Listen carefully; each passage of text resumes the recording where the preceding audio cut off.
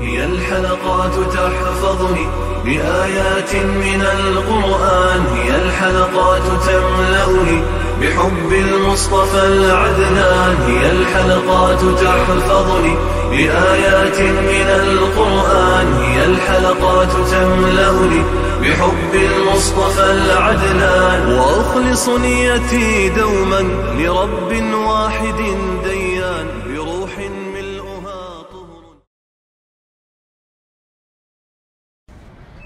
Sure Kaf tefsiri 22. ayetten başlayıp okuyayımız inşallah. Bismillah, elhamdülillah, ve salatu ve selam ala Resulillah ve ala alihi ve sahbihi ecma'in. Esselamu aleyküm ve rahmetullahi ve berekatuhu. Tüvende dehtanlağa İbn Kesir rahimahullah'ın Kur'an-ı Kerim tefsiri Uygurca tercümesi Kaf suresi 22. ayetinden başlayıp okuyayımız inşallah.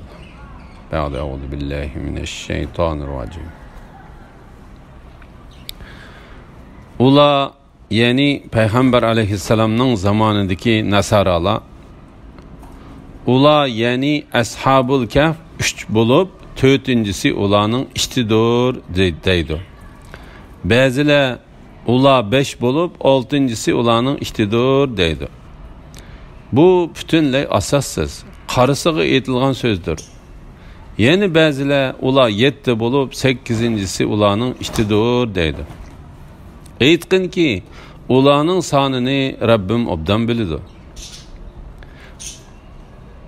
Ondan başka azgını kişiler bilidi. Ula doğrusu da Nasaralar bilen fakat yüzeykine muzakirleşkin. Yani bu vaqtda munazirleşkichilarni tasdiq qilmaydigan, yolg'on chiqarmaydigan darajada munazirlashgan. Ularning hech biridan Ashabul Kehf qissasini so'ramagan.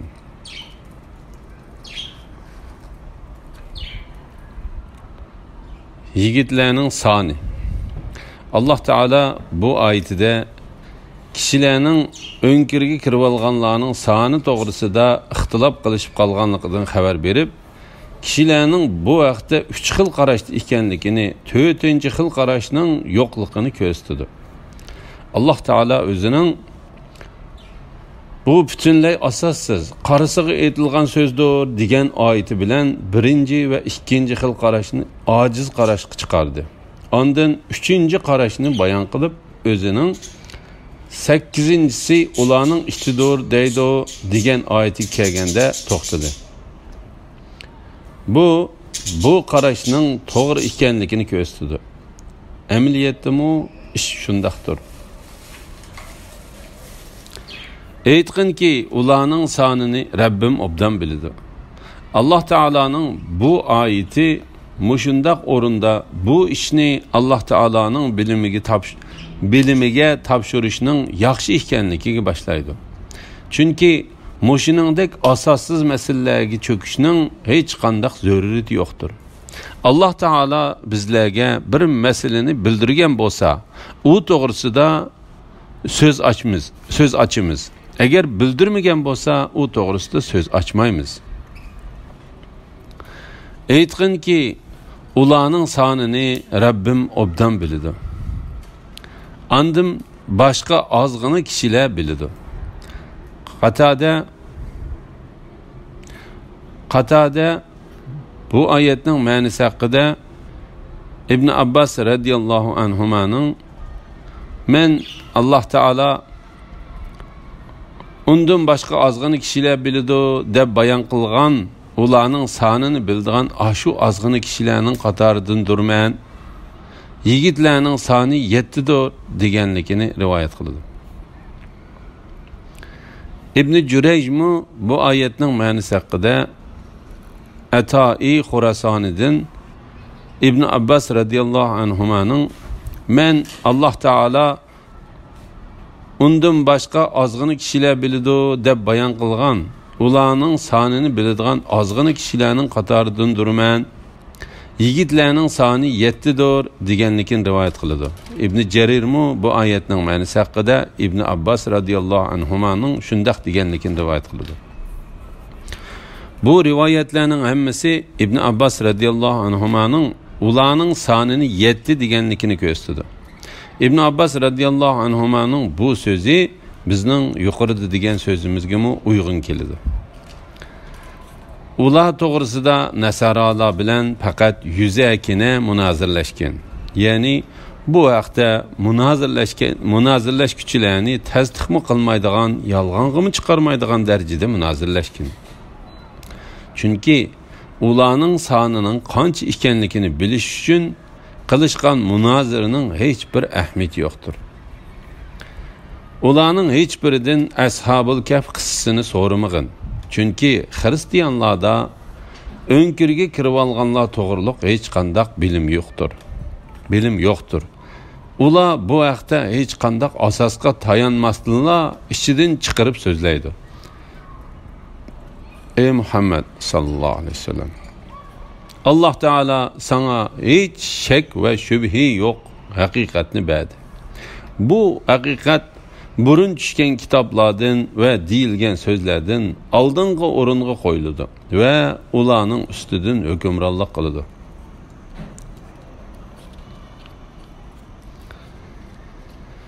Sen birer işini kılmakçı bolsan, eti o işini çokum kılman demey. Allah halisa degen sözünü koşup digin.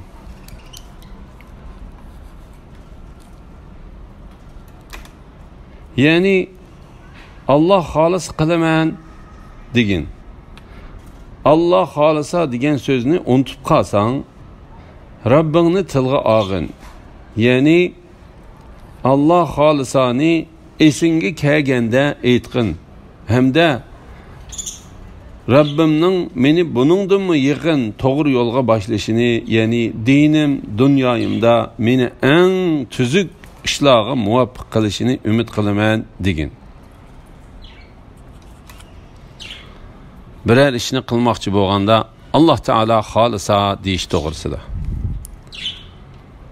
Alloh taolo bu oyatda payg'ambarga adab o'gitib, birer ishni qilmoqchi bo'lganda uni ishning burun bo'lganini, kelgusida bo'ladiganini, bo'lmaydiganini, bo'lsa qandoq bo'ladiganligini biladigan Alloh taolaning xolishiga topshirib, Alloh taolo xolisa deyishga buyurdi. İmam Buxoriy ve Muslim Abu Hurayraning bu vaqtda mundaq deganligini rivoyat qiladi. Payg'ambar alayhissalom Davud alayhissalomning o'g'li Sulayman alayhissalom men kechicha 70, bir rivoyatda 90, yana bir rivoyatda 100 ayol bilan birga bo'lamanki, bularning har biri Alloh taolaning yo'lida urush qiladigan birdan yigit tug'di dedi. Farishta uningga Alloh taolo xolisa degin dedi. Sulayman alayhissalom undaq demedi. Ondan Sulayman alayhissalom kechisi ayollari bilan bir yerda bo'ldi. Bularning hech qaysisi tug'may, faqat bir sila naka baladan birini tug'di dedi. Subhanalloh, la ilaha illalloh. Ondan payg'ambar alayhissalom, jinim uning ilkida bo'lgan zot Allohning nomi bilan qasam qilamanki, agar Sulayman Alloh taolo xolisa degan bo'lsa, murodiga yetgan va maqsadiga erishgan bo'ladi.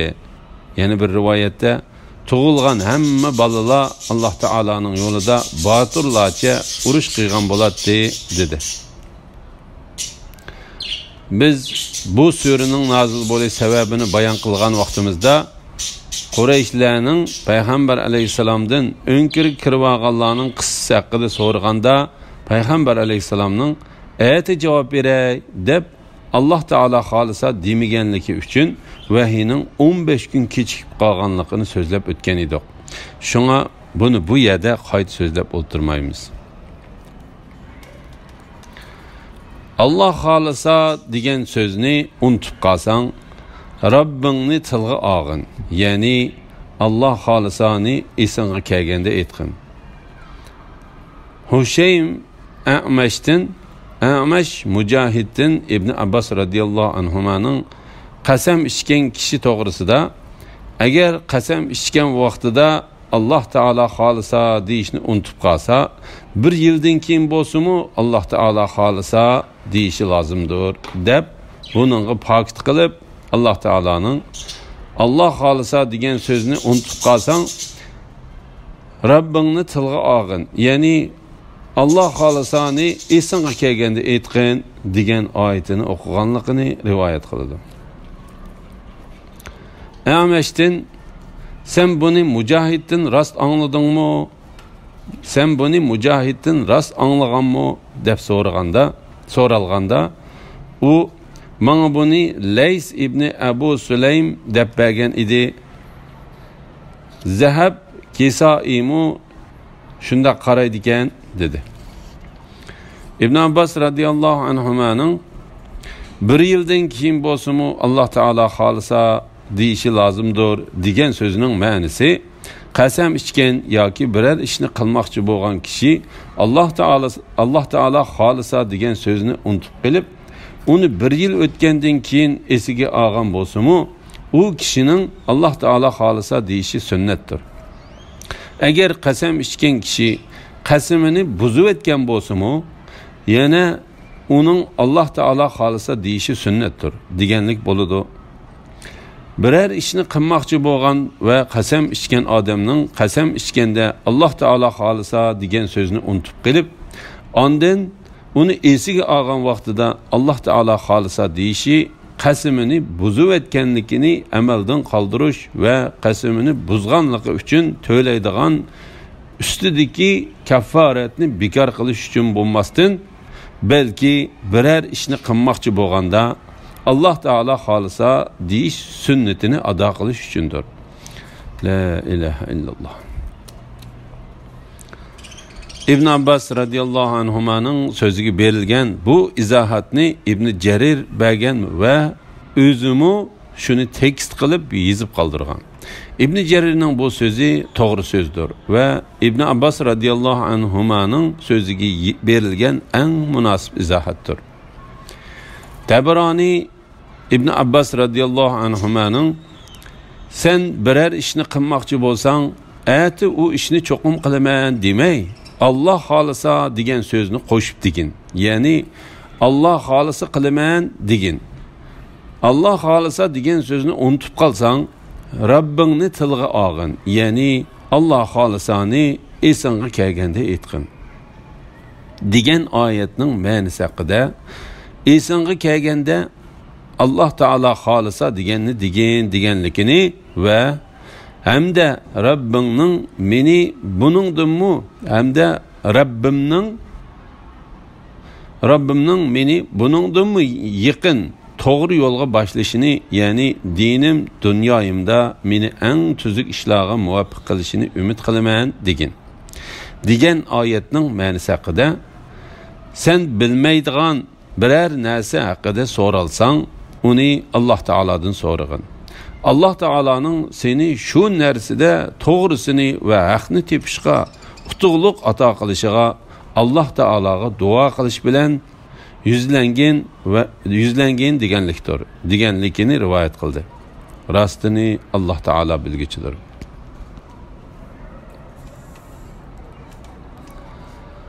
Ular u g'orida 309 yil turdi. Aytqinki, ularning turgan vaqtini Allah obdan biladi. Osmonlardagi, zimindagi g'aybni bilish Allah xosdir. Allahning ko'rishi nima degan mukammal? Allahning anglashi nima degan mukammal? Ularga Allohdan bilak hech qanday yordamchi bo'lmaydi. Allah o'z hukmida hech kishini sherik qilmaydi. Yigitlarning o'nkirda turgan vaqti. Allah Taala bu oyatida payg'ambariga o'nkiriga kirib olganlarning ularni Allah Taala o'nkirda uxultib qo'ygandan boshlab o'yg'onganga va ularning ahvolini kishilarga bildirganga qadar o'nkirda turgan vaqtidan xabar berib, ularning o'nkirda turgan vaqti qamariya yili bo'yicha 309 yildir deydi. Bu Şemsiye yili boyunca 300 yılga beraber keldi. Çünkü kameriye yılı bilen şemsiye yılının aralıqıda her 100 yılda 3 yıl fark var. Şuna Allah Teala mundaq dedi. Ula öz g'arida 309 yıl turdi. Aytqin ki ularning turgan vaqtini Allah obdan biladi. Yani sende ularning önkirde qanchalik turganligi to'g'risida ma'lumot ve Allah Teala'nın bu vaqtda sana ko'rsatmasi bo'lmaganda sen ularning önkirde qanchalik turganligidan so'ralsang, bununla hech qandaq javob qaytarmasdan mundaq degin. Ularning turgan vaqtini Allah obdan biladi. Osmonlardagi, zemindagi g'aybni bilish Allohga xosdir. Yani bunu Allah Teala'nın özü ve mahlukatları içinden bunu bildirgen kişiler bildi. Bu ayetlerinin ma'nosinin muşundaq bo'ladiganligini Mujahid ve başqalarga o'xshash ko'plagan salaf ve halaf tafsirshunos olimlari bayon qildi. Qatada Allah Teala'nın ular öz g'arida 300 yıl turdi degan oyatining ma'nosi haqida bu Yahudi ve Hristiyanlardek kitap verilgenlerinin diyen sözü bulup Allah Teala ulağa özünün aytqin ki ularning turgan vaqtini Allah obdan biladi degan oyati bilan raddiya bergan. Abdullah ibn Mas'ud bu oyatni kishilar ular öz g'arida 309 yıl turdi deydi degan ma'noni bildiradigan qiroat bilan o'qigan ve bu haqda Mutarrab ibn Abdullah mu bu sözünü kişiler degan dedi. Qatadaning bu sözü to'g'riliq izlanib beqishga to'g'ri keladi. Çünkü eğer kitap verilgenlerinin qo'lidagi kitaplarda 9 yıl bo'lmay, ular öz g'arida 309 yıl turdi deyilgan bo'lsa, ular buningdan şemsiye yılını ko'zda tutgandir. Eğer Allah Teala ularning degan sözlerini hikoya qilib keltirgan bo'lsa, kitap verilganlar ularni 300 yıl turdi degan bo'lg'achqa, kitap verilganlar ularni 300 yıl turdi dedi debla keltiretdi. Hergizmi uningga 9 yılını qo'shib qo'ymaydi. To'g'risi Allah Teala'nın kitap verilganlarning degan sözlerini hikoya qilishi bo'lmasdan, balki ularning önkirde turgan vaqtidan xabar berishidir. İbn Jarir mu bu ayetning ma'nosining shundoq bo'ladiganligini to'g'ri deb qaradi. Rastini Allah Teala bilgichidir. Allah'ның ko'rishi nima degan mukammal? Allah'ның anglishi nima degan mukammal? Yani Allah Teala ularning qilmishlarini ko'rib turg'uchidir ve ularning sözlerini anlab turg'uchidir. İbn Jarir bu ayet Allah Teala'nı en yüksek derecede medhileş manasıdır. Bu ayet Allah Teala nemi degen körgüçü ve nemi degen anlıgıcı degen manadadır. Yani Allah Teala'nın barlık mevcudatlarını körüşü nemi degen mükemmel ve barlık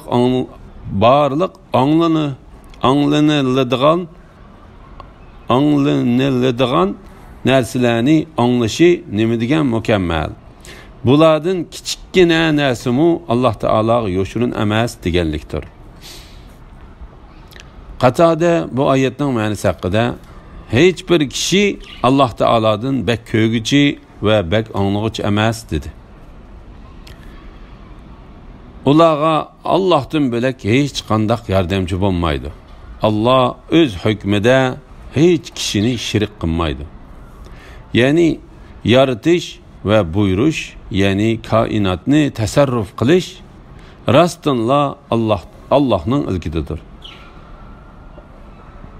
Allah Teala'nın çıkargan hükmüge hiçbir karşı turgucu yoktur. Allah Teala'nın veziri, yardımcısı, şiriki ve mesleğetçisi yoktur. Allah Teala kattıdır ve paktır.